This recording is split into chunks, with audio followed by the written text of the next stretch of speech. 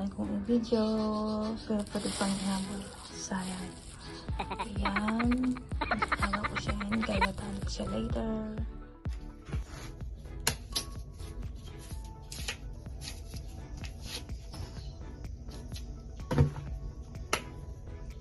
Nung bata pa ako, lagi kami kumakain ito kasi meron kaming tanim na kamote at kamote kahoy.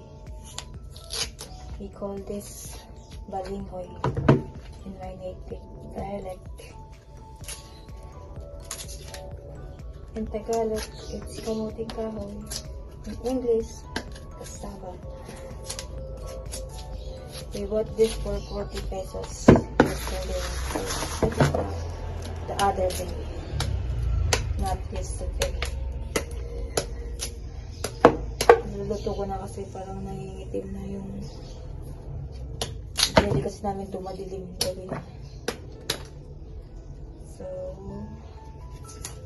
this is how we remove the cassava peeling yung balat. Nung nasa Bicol ako, bata pa ako, lagi kami naglulupak. Meron kaming lupakan. We call that, I forgot how we call this, that big wooden, like always, I don't know how you could. Kalimutan ko na ang tawag namin doon. So, tagal ko nang wala sa Bicol. We call that lubang. And then we have this big wood stick. Then we do like this. We put this when we cook, we boil, and then put one by one dun sa lubang. And then we add coconut, grated coconut and sugar. And that's it. Nilupak. Nagsawa kami sa nilupak when I was a kid. And also kamote. Marunong ako mangamote pero hindi ako expert kasi yung mga malalaki na nalalaktawan ko. Yung dinaanan ko, marami pa na ako inanay ko. Tapos binubunod ko yung mga ugat. Kaya sabi na, minsan hindi na ako kasi sayang daw mahigib kamote ka. Nababaklas na yung ugat kasi yung kamote, guys, the sweet potato, I'm talking about the sweet potato, not this one. This is cassava. The sweet potato, nabubuo siya through their roots. Potato, the patatas that we all know as gulay. So ayun, tapos ko na siya. So higasan ko na siya. Hindi ko na siya nakalimutan itong isip ko ng dito in PS. Isasalang ko muna ito kung kumalito.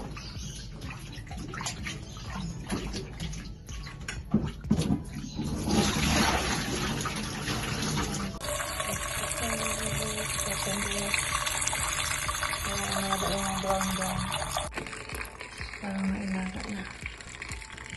Parang ang tubig na. Ang tubig. Parang yung bumibig.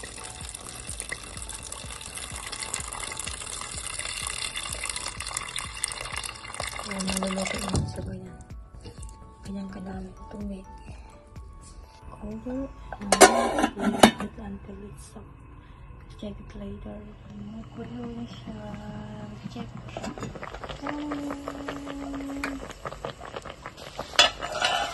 And we put sugar.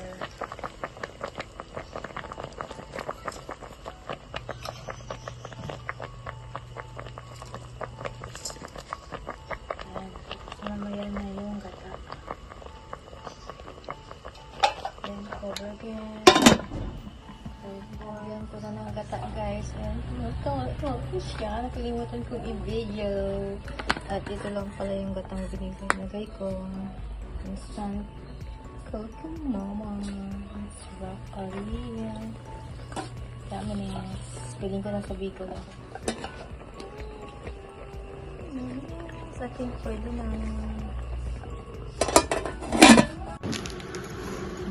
Coffee.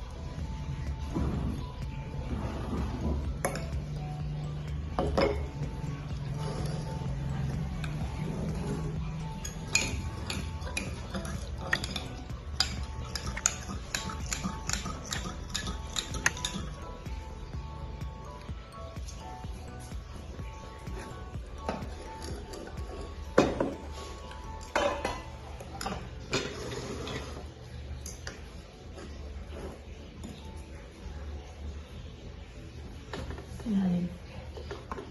Ako sa lamin ng mga. Pa ka na.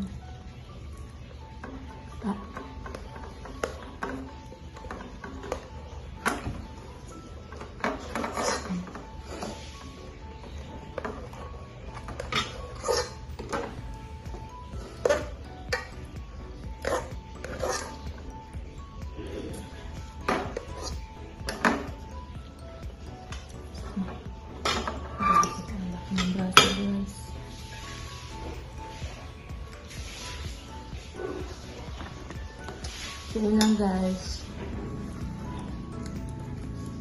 Kain na kami ng kamutin tayo. Sobrang sarap. We call this pinakro in Bicol. Pinakro kamutin kahoy. Bye na. Thank you for watching. See you in our next video.